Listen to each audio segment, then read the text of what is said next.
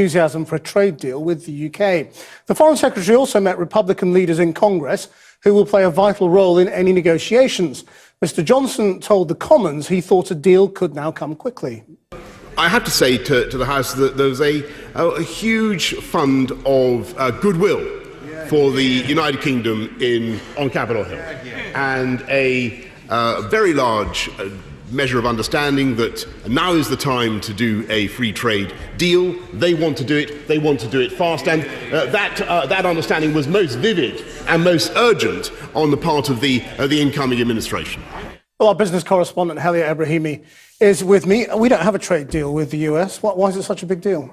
Look, trade is at the heart of every healthy economy, and quite frankly, here in the UK, we've been underperforming for years. David Cameron had this lofty ideal that we'd have £1 trillion worth of exports by 2020, but in fact, we've been languishing at half that amount for the last 4 years. That's what makes the US arrangement so important. America represents the biggest single export destination. We exported £47.3 billion worth of goods to them. That adds up to 16.4% of all of our exports. Compare that to Germany, where we export more than £30 billion. Yes, it's a big number, but you'd have to add up all of our German exports and all of our French exports to come to the same quantum. Now, it is a different picture when you look at imports, because here in Britain, we buy a lot of German goods. In fact, we buy £61.7 billion worth, whereas US imports come in third after Germany and China.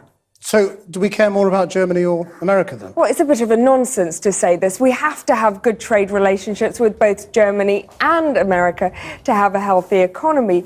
But with Germany, we have a trade deficit. So theoretically, we are more important to the German economy than the other way around. That could give us the upper hand in trade negotiations, because when it comes to US, we have a trade surplus. While we have exports that are worth 16.4% of all of our exports to the US, that's a very big number. When it comes to US exports to the UK, it's just 3.7%, small number. And earlier today, I was speaking to a former trade minister who said, listen, don't forget that at the heart of things, America is incredibly protectionist. So all this talk of a special relationship has never been to do with trade, and probably never will. We might have been catapulted to the front of the queue under Trump, but negotiations when it comes to trade will always be difficult with the US. Thanks, Helia. John.